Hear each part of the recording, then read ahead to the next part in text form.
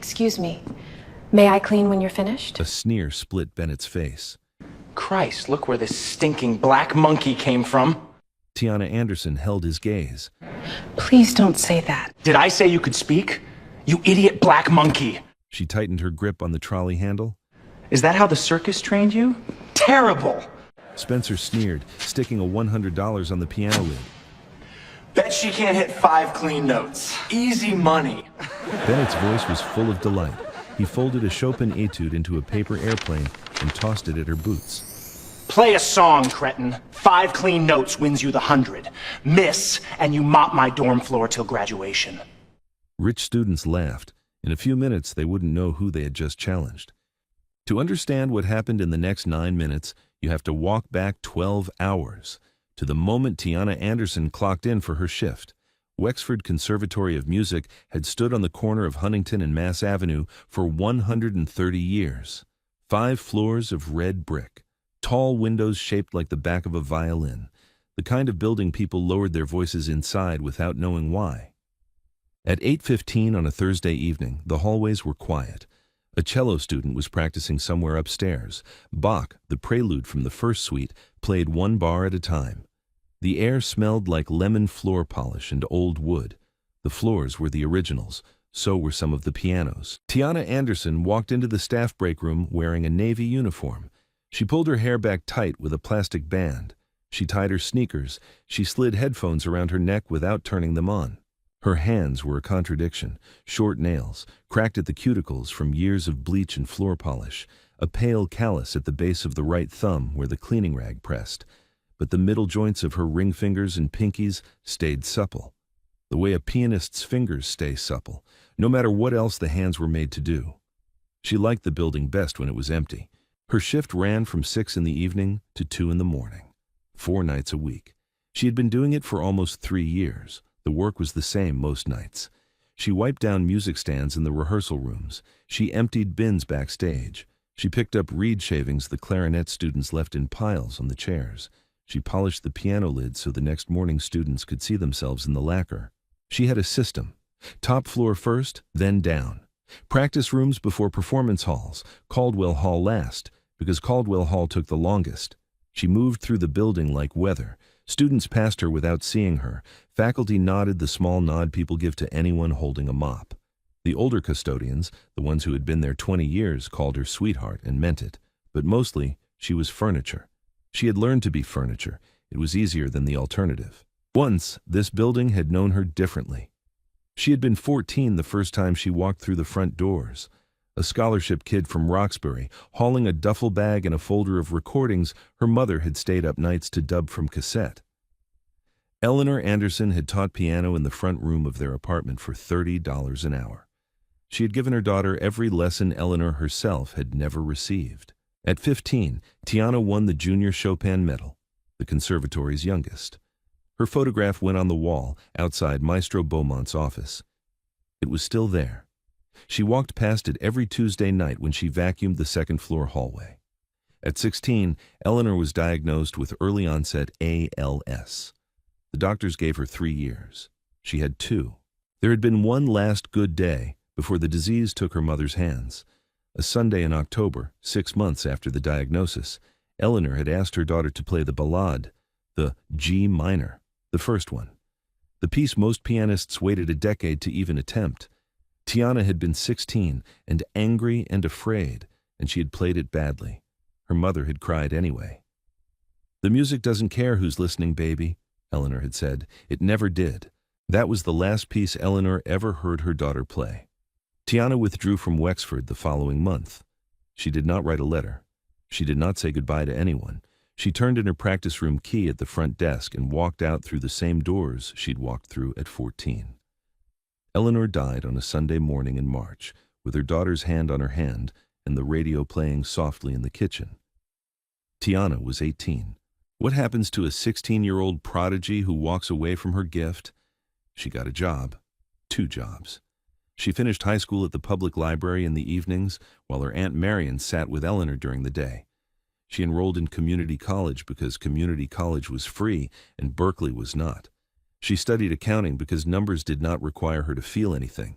When Marion had a stroke 18 months ago, Tiana moved into the back bedroom of the Dorchester apartment to take care of her. Marion was 68. She used a walker now. She needed help with bathing 3 days a week. The home aid cost $200. The only job within a 40-minute tea ride that paid enough was the night shift at Wexford Conservatory. So Tiana came back. She wore the Navy uniform. She emptied the bins. She walked past her own photograph every Tuesday and did not look at it.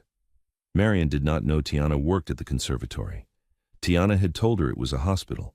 She did not have it in her to explain why she had come back here, of all places, after everything. Some kinds of grief do not survive explaining. She had written letters to 12 local music schools in the past 8 months, asking about teaching openings, beginner students, Saturday hours, anything. She had not received a single reply. But on Thursday nights, after the last student left and the last door closed, Tiana Anderson did something she had told no one about. What do you think a former prodigy does alone in a concert hall at 1:30 in the morning? She turned on a single work light above the Steinway in Caldwell Hall. She sat down at the bench. She placed her hands on the keys. For the first 8 bars, her hands shook. They always did. By the 9th bar, they did not. Most Thursdays, she played Bach. Bach was clean. Bach did not ask her to feel. The mathematics of a fugue did not require her to remember her mother's last good day, or the smell of the hospital room, or the specific shape of her own grief. Some Thursdays, when the building was quieter than usual, she played Chopin, but only the nocturnes, never the ballade. She played for 45 minutes, no metronome, no sheet music, no audience. The lacquer of the piano lid caught her reflection, a black woman in a Navy uniform, eyes closed, mouth slightly open the way her mother's used to when she was teaching. She owned no piano. The Steinway in Caldwell Hall was the only one she touched. A security guard named Walter had caught her once, 6 months in. He was 72. He had been at Wexford for 40 years. His wife had played the church organ in Mattapan for almost as long. He had stood in the doorway for a full minute. Then he had quietly turned around and walked away. He had never mentioned it. He had never come back on a Thursday. It was the only kindness anyone at Wexford had ever shown her. She pulled on her gloves. She gripped the cart handle. She started walking toward Caldwell Hall. Across the building, on the 3rd floor, Bennett Hollister was having a very bad day. He was 22, 6'1", pale, thin-wristed, with the kind of jawline you only got from generations of being told you had a good one. He wore a charcoal cashmere blazer that cost more than Tiana's monthly rent. His watch had been his grandfather's. Everything about him said old money, except the way he kept tapping his fingers against his thigh, which said scared. His full name was Bennett Garrett Hollister. The Hollister part was on a brass plaque outside the east wing of the conservatory. The wing had been donated by his father, Garrett Hollister Sr., almost a decade ago. The conservatory had renamed it in gratitude. Bennett had never let anyone forget it. He had also developed certain habits the conservatory had decided not to formally address. He spoke past the cafeteria workers as if they were ventilation. He had once, in front of 3 witnesses, asked the older custodian, "Hurry up with the help bucket so the actual people can rehearse." She had been at Wexford longer than he had been alive. Nobody had reported him. The plaque outside the East Wing made certain conversations impossible. He was, by any measurable metric, an excellent pianist. National finalist twice. Top of his class 3 years running. He had hands that could move across the keyboard with the precision of a clockmaker. His teachers used the word remarkable in their evaluations. They also used other words. In private. A faculty review from his junior year had ended up on the 2nd floor bulletin board by mistake. It read, "Mr. Hollister's playing is flawless and forgettable. He plays every note, he says nothing." Bennett had torn the page down before lunch the next day, shredded it in the practice room, smiled at anyone who asked. But he had memorized the sentence. He repeated it in his head when he could not sleep. He had not been sleeping well for 2 weeks. 14 days ago, Bennett had flown to Dallas for the Van Cliburn Regional Semifinal. He had placed 4th. 4th was acceptable for most pianists. 4th was a disaster for a Hollister. The judge's written feedback had been delivered in a sealed envelope. His father had opened it before he did. Garrett had read it once, then handed it across the breakfast table without a word. His father had not spoken to him for the rest of breakfast. He had gone into his study. He had closed the door. The closed door of Garrett Hollister's study was the loudest sound in the Hollister house. There were 3 comments. The first 2 were technical. The third was the one Bennett would still be carrying 2 weeks later. What do you think a Hollister hears the first time someone tells him he is empty? Notes are exact. Music is absent. Bennett had read that line every morning since. He had read it on the plane home. He had read it in the studio. He had read it at 1 in the morning while pretending to practice. It had begun to sound in his head like his father's voice. 3 years ago, when Bennett was a sophomore, Maestro Lawrence Beaumont had pulled him aside after a master class. Beaumont was 62 and gentler than his reputation suggested. He had listened to Bennett play a Schubert impromptu and said, with no malice at all, "You play every note correctly, Mr. Hollister. None of them mean anything yet." It had been the kindest version of the same sentence Bennett would hear for the next 3 years. He had spent every recital since trying to prove the old man wrong. He still had not done it. That afternoon, in the rehearsal room, Bennett had been working through the lyrical middle section of a Chopin nocturne. His instructor had stopped him on the 4th measure. "Bennett, you're playing the notes." Bennett had nodded. "Started again. Same correction. Find the woman inside the music." He had not understood what she meant. He had hated not understanding. He had walked out at the end of the hour without saying goodbye. Spencer Caldwell, Holden Vance, and Margot Ellsworth had been waiting for him in the hallway. Spencer was a theory major in Alan Edmonds' shoes. Holden was a cellist who wore his father's Patek to class. Margot was a soprano with a Hermès bag she set on whatever chair she chose, dares you to move it style. They were the kind of friends who laughed at the right jokes at the right time. They never asked Bennett why he stopped speaking sometimes mid-sentence. The 4 of them had ended up in Caldwell Hall after the recital schedule cleared. They had been talking, half loud, half bored, when a navy uniform pushed a cart through the side door. Bennett looked up. He had been waiting all day to feel superior to someone. The janitor would do. Tiana wheeled her cart through the side door of Caldwell Hall at 8:43 on Thursday evening. She had cleaned this room more than 200 times. She knew the angle of every floorboard. She had not expected anyone to still be in it at this hour. The 4 students looked up. She kept her eyes on the cart. She rolled it toward the stage edge. She prepared a fresh cloth. "Excuse me," she said. "May I clean the bench when you're finished?" Bennett did not look up. He snapped his fingers once. "Wait, we're not done." The other 3 glanced at each other. He did not finish anything. He had nothing to finish. He simply let her stand there, holding a scrub brush, while 90 seconds of nothing passed in the empty hall. He examined his cuticles. He smoothed an invisible wrinkle from his blazer. Spencer hid a smile behind his hand. By the 2nd minute, her shoulders had not moved. Her cart had not moved. She had simply gone still. "Christ," Bennett finally said, looking past her. "They let the help in this early. It smells like pine sol in here." Tiana held his gaze. "It's my shift, sir." Margot stood up. She had been sitting on the edge of the stage. Now she walked a slow circle around the cart, holding up her phone, recording. "Guys, look at this," she said. "It's like a National Geographic moment, the black janitor in her natural habitat. Note the noble dignity of the cleaning rag." Holden laughed. Spencer leaned forward to see the framing. Bennett did not look. He did not need to. Tiana wiped the corner of the stage. She did not lift her face. Holden pulled a $5 bill out of his wallet, crumpled it, tossed it onto her cart where it landed between the spray bottle and a roll of paper towels. "For the show," he said, "always tip your service workers, people. It's basic manners." He looked very pleased with himself. Tiana did not pick the bill up. She continued wiping. 2 students at the back of the hall, who had been talking quietly, stopped talking. One of them, a young woman with a violin case at her feet, looked at the floor. She did not look at her friends. She did not look at Tiana. She just looked at the floor. She would remember the smell of pine sol for a long time after. That was Bennett's cue. He set his cup down. He stood. He walked toward her, slow, hands in pockets, the way a man walks through a museum he already owns. "Did I say you could speak?" he said. "The help waits. The help doesn't move until I tell it to. Didn't your people teach you how that works?" She gripped her cart handle. Her knuckles paled. He stopped 6 inches from her. He looked her up and down. Then he reached out. He took the end of her braided ponytail between his thumb and forefinger. He lifted it like a museum docent inspecting a coat. "Is this even real?" he said. She jerked her head away. The braid slipped from his hand. Margot stifled a laugh into her sleeve. What happens to a woman, do you think, when the fifth wall she has built in one evening finally gets touched? She did not speak. She did not move. She gripped the cart handle harder, her chin lifted just an inch. Bennett saw it.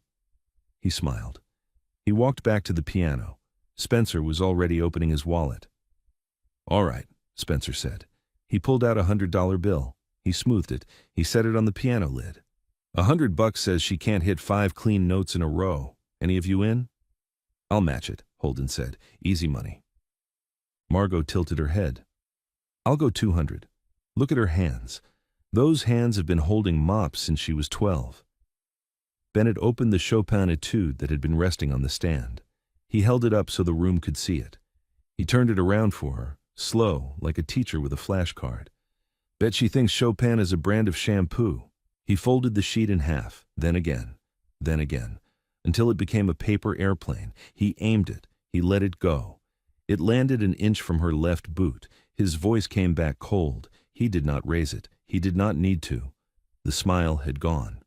What replaced it was older, harder, and not entirely his own. "Play a song, cretin.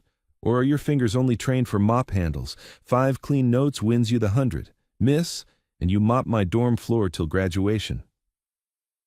The hall went quiet. 2 students at the back had stopped laughing. One had pulled out a phone. Tiana Anderson did not look down at the paper airplane. She looked at the piano. Tiana looked at the paper airplane on the floor. Then she bent down and picked it up. The students did not stop her. They thought it was the start of the joke. She unfolded it slowly, smoothed the creases against her thigh. She knew the page before her eyes had finished reading it. Chopin, Opus 25, number 11. Winter Wind.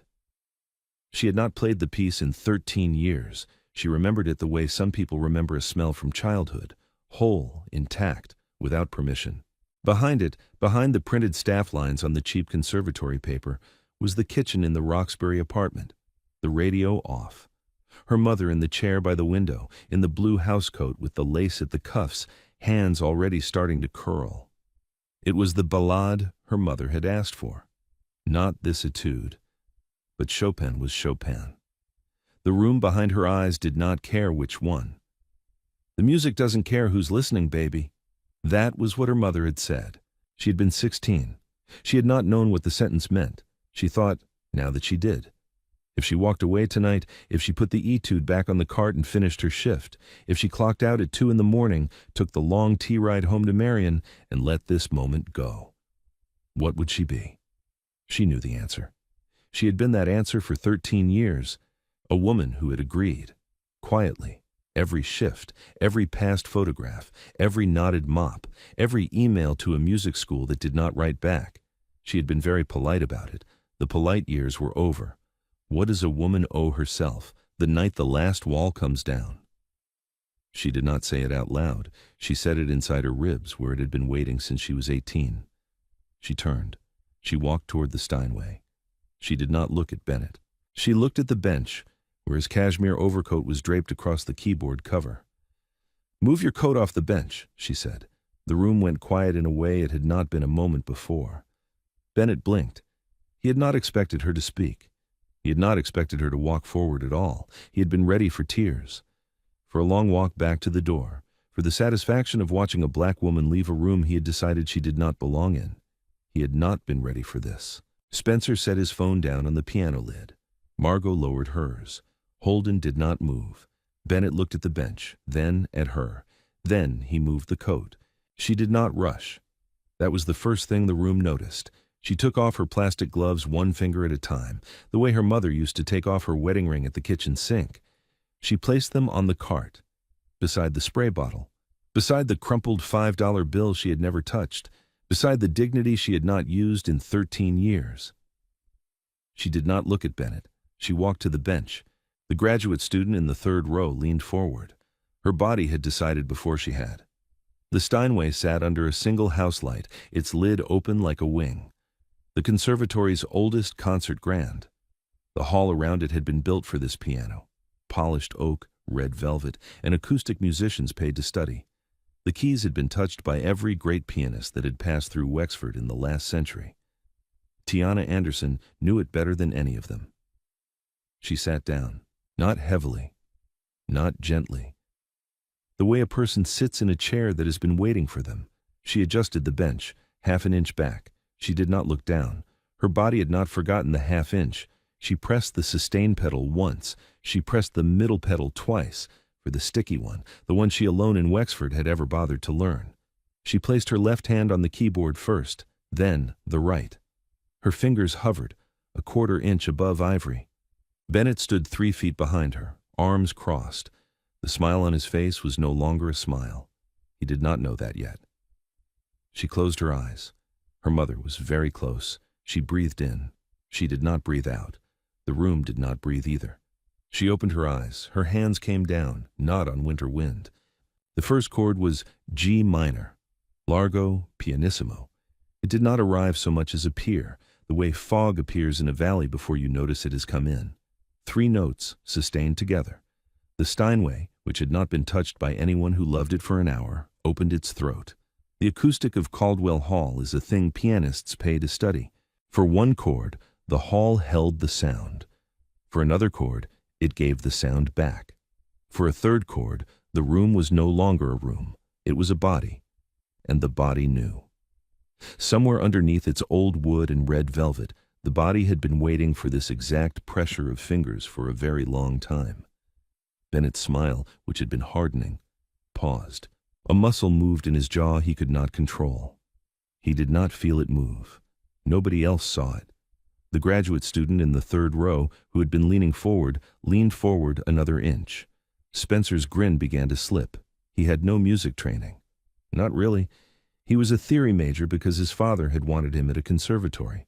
But he had been raised on his mother's classical records. He knew, in some part of his rib cage, that the woman at the piano was not bluffing.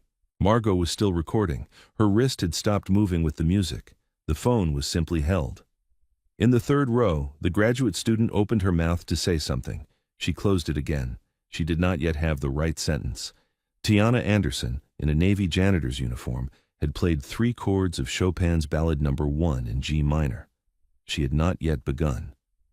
What does it look like, do you think, when a room realizes it has been wrong about a person? It does not happen all at once. Spencer broke first. It happened in the 8th bar. He did not consciously decide to stop laughing. He simply realized, mid-chuckle, that the chuckle did not belong in the room anymore. He closed his mouth. He closed it carefully, as if it might be expensive. He looked at the piano. He looked at Bennett. Bennett did not look back. Holden broke next. Holden had been filming from the side, casually, the way a man films something he expects to be funny. By the 12th bar, his arm had lowered. The phone was still on. It was pointed at the floor now. His expression still thought the joke was happening. His arm knew better. Margot broke last. She had been mid-recording, mid-caption, mid-something. Her thumb hovered over the screen. Her face went through several expressions in quick succession. Confusion. Then recognition. Then something more complicated, the kind of thing 22-year-olds do not yet have a vocabulary for. It was the expression of a person seeing for the first time that the joke is on her. She lowered her phone. She did not turn it off. She had not yet decided whether to keep what was on it. In the 3rd row, the graduate student leaned toward her seatmate. "Is that the ballade?" she whispered. "The first one." Her seatmate did not answer. He was a senior in piano performance. He had attempted the ballade in his junior recital. He had stopped midway through the development section and walked off the stage. He nodded. 2 more rows back, the young woman with the violin case at her feet lifted her face. Her cheeks were wet. By the time Tiana reached the development section, the music in the room had ceased to be music. It had become weather. Her right hand had moved into the first major run, cascading scales, 16th notes, the kind of passage that separates the pianists who can finish the ballade from the pianists who only own a recording of it. Each note arrived with weight. Each note arrived at the exact microsecond it was supposed to arrive. The Steinway responded the way the Steinway only responds for hands it knows. Her left hand thundered. Not loud. Loud was not the point. The left hand carried the storm underneath the melody. the way a heart carries the blood under a face, the way an ocean carries a ship while the ship believes it is moving on its own. Her body did not move. This was the strangest thing in the room. Her hands were doing impossible work. Her forearms were a blur, but her shoulders were still. Her face was almost calm. The only motion above her elbows was a small, even breath she let out at the end of every fourth measure. The door at the back of the hall opened. A man in a charcoal overcoat stepped into the rear aisle, white hair, tall. He had been on his way to his office on the floor above. He had heard something through the ceiling, and he had turned around. Maestro Lawrence Beaumont did not sit. He stood at the back, hands at his sides, very still. He did not know who was at the piano. He could not see her face from where he stood. He did not need to see her face. He knew the playing. He had not heard it in 13 years. Bennett, 3 feet from the bench, had finally begun to understand what was happening in his hall. His arms uncrossed, his mouth opened a 1/4 inch. He did not close it. The Ballade No. 1 has a moment near its end that pianists call the pause. It is not silence in the traditional sense. It is the held breath before the storm. Chopin marks it pianissimo and writes a fermata over the last whisper of melody. The pianist holds the room for a beat that lasts as long as the pianist decides it lasts. Most pianists hold it for 2 seconds. Brave ones hold it for 3. The legends are said to have held it for 4. Tiana Anderson held it for 6. Her hands lifted from the keys. Not all the way. Only an inch, maybe 2. Enough that you could see her wrists in the work light above the bench. Enough that you could see, if you knew where to look, that her hands were not shaking. The hall did not breathe. Bennett did not breathe. Maestro Beaumont, at the back, closed his eyes. He knew what was about to happen. He had not heard it for 13 years. He knew, the way a farmer knows weather, that he was about to hear it now. Spencer's hand had gone to his throat without him being aware of it. Holden was staring at his shoes. Margot's phone, still pointed at the floor, was still recording, though she had forgotten about it. The graduate student in the 3rd row had her hand pressed against her mouth. Pressed hard. The way you press against a mouth that wants to make a sound it should not make in a recital hall. The young woman with the violin case was crying without sound. What do you think, when you can feel a room about to break? Tiana Anderson had practiced this exact silence alone in this hall at 1:30 in the morning every Thursday for almost 3 years. She had practiced not flinching when it asked her to hold one more half-second. Tonight, in a half-lit Caldwell hall, she held it. She held it. She held it. She brought her hands back down. The coda exploded. Presto con fuoco. Fast with fire.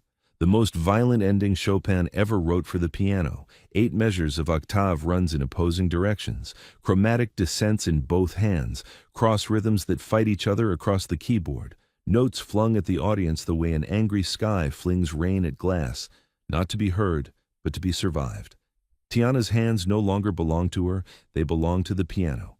They belonged to Eleanor Anderson, who had taught her this passage one summer when she was 15, in a kitchen that no longer existed, on a piano that had been in storage in Dorchester for 11 years without anyone knowing it.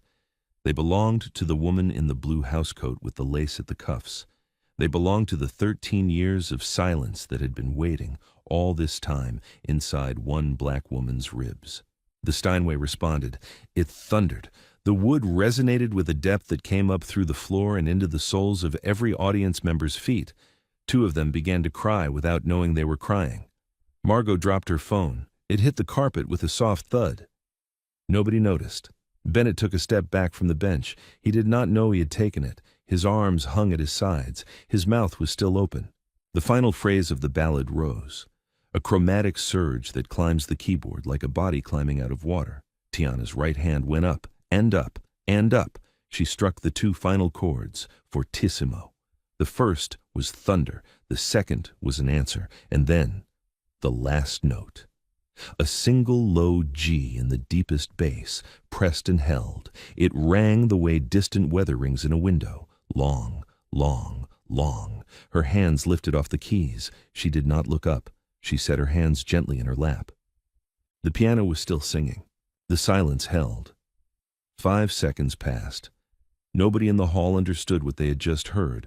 The last note of the ballad rang in the rafters of Caldwell Hall like a bell that did not know how to stop.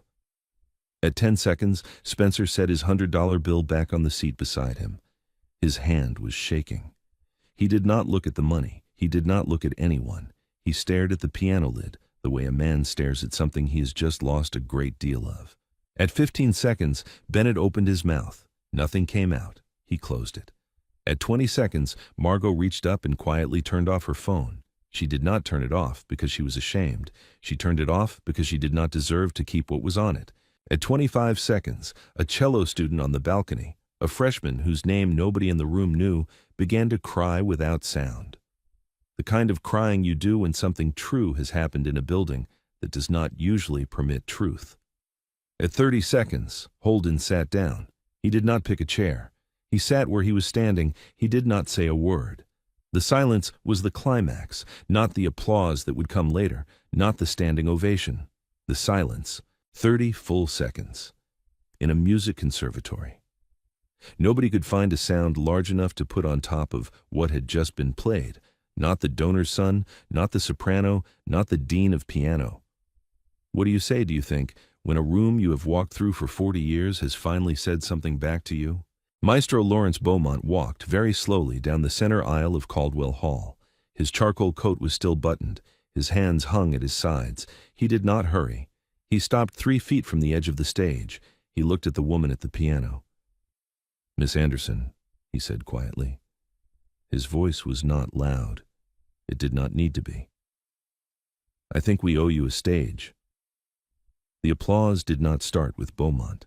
The applause started with the young woman with the violin case at her feet. She stood. Then her friend stood. Then the graduate student in the 3rd row stood.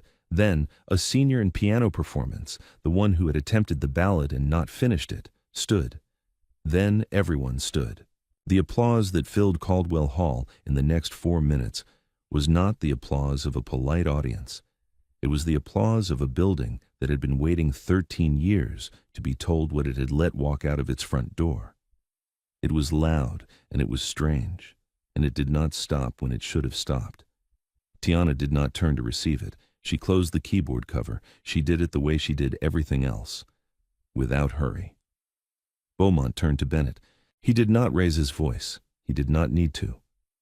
The room had gone quiet again the second the dean's mouth had opened. "Mr. Hollister," he said, "the cretin, as you called her, has just played a ballade you have not yet earned the right to attempt." Bennett's face was white.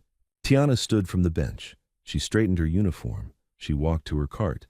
She picked up the Chopin etude, the one Bennett had folded into a paper airplane, the one she had unfolded against her thigh before she sat down at the bench. She smoothed it once more. She placed it carefully on top of the piano lid, beside Spencer's $100 bill, the way a teacher might leave a returned assignment.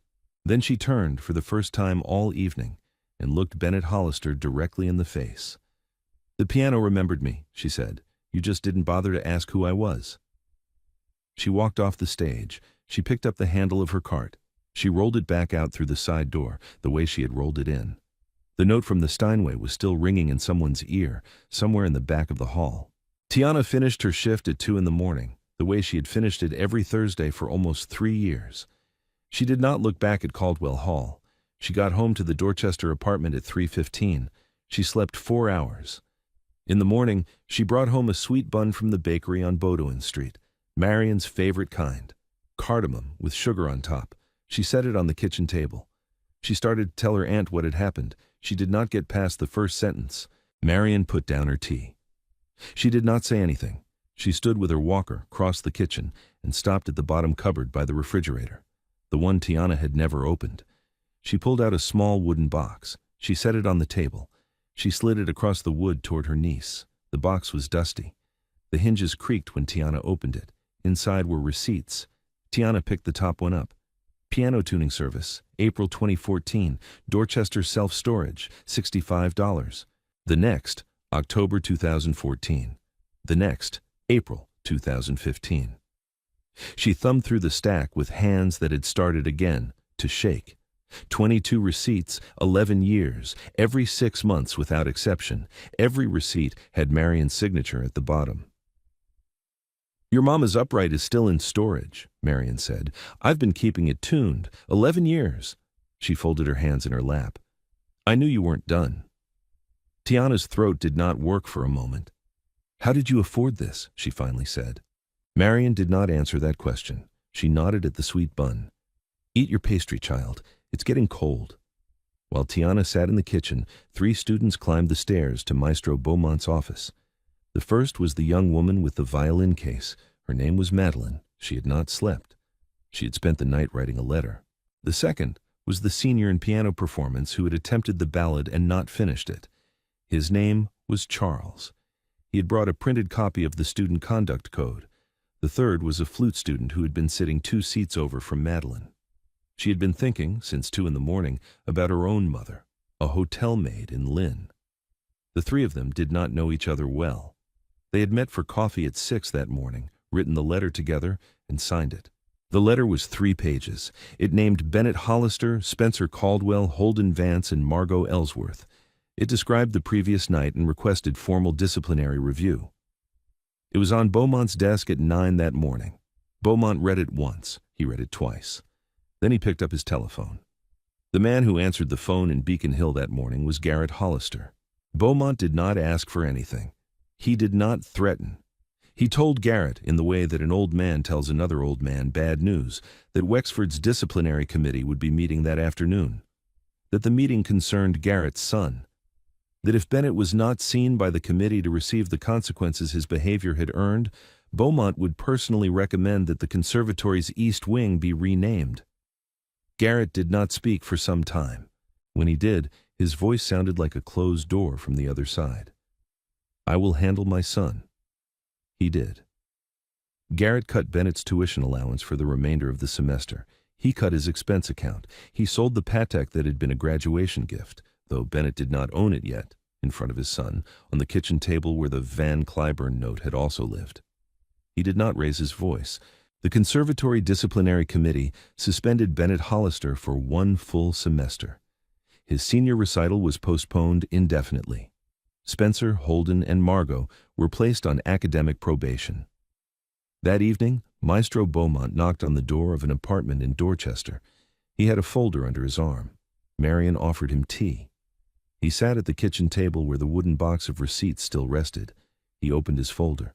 The conservatory had voted that afternoon, by unanimous decision, to restore Tiana Anderson's full scholarship, to offer her the senior recital slot Bennett had vacated, to extend a performance contract with the Boston Chamber Society. He set the papers on the table. He did not ask her if she would accept. He simply waited. Tiana looked at her aunt. Marion looked at her niece. Eat your pastry, child, Marion said again, or it really will get cold. 6 weeks later, on a Saturday evening in December, Caldwell Hall was full. Every seat sold. Standing room only at the back. Tiana Anderson walked onto the stage in a simple black gown. Her hair was loose. She did not carry sheet music. In the front row, in a wheelchair, sat a 68-year-old woman in her Sunday coat, hands folded in her lap, eyes shining. Tiana sat down at the Steinway. She did not test the pedal twice. Tonight, the room knew her. She opened with the ballad. This time, she had chosen it. The note from the Steinway had stopped ringing somewhere in the second week. By December, Tiana Anderson had given her custodial uniform back to Wexford's facilities office. She handed it across the counter, washed, folded, and pressed. The woman behind the desk had been working at Wexford for 31 years. She accepted the uniform with both hands, the way she had once accepted her own diploma. She did not say anything for a long moment. Then she said, "Welcome back." Tiana graduated from Wexford the following spring. Marion was in the front row in her Sunday coat. The conservatory took a new photograph of her at 29 in the same hallway where her 15-year-old face still hung. They hung the new picture beside the old one. They did not take the old one down. She did not become famous. She did not need to. She took the Boston Chamber Society contract. She took a Saturday teaching position at a community music school in Roxbury, the same neighborhood where her mother had once taught piano lessons for $30 an hour. She charged less than her mother had. She kept the Dorchester apartment. Marion still lives there. Talent does not disappear when the world stops watching it. Dignity is not something a uniform can take from you. And the people who think they are testing you, sometimes, are simply handing you the stage you have been waiting your whole life for. The story I have just told you is fiction, but the dismissals are not. The hand on the hair without permission is not. The $5 bill thrown on a cart by a man who has never paid for his own breakfast, that is not fiction either. These things happen in classrooms, in office hallways, in hotel lobbies, in concert halls, in this country every day. The question is not whether they happen. The question is what we do the next time we are the one in the room. If this story moved you, share it with someone who needs to hear it. Subscribe to Black Voice Uncut, where every week we tell stories about the people the world tried to write off and the moments they refused to stay written off. And then tell me, in the comments below, have you ever been the quiet person in the room with the cart and the gloves and the headphones turned off, the one nobody bothered to ask? Or have you been the one with the cashmere blazer? Be honest. The next chapter drops next Thursday. We will be waiting for you. Yo, your gift don't disappear just 'cause life made a set it down free. The dream, the talent, the thing you walked away from, it's still in there, waiting. So if you're sitting on something special, pick it back up. The world don't get to bury what you were born to do.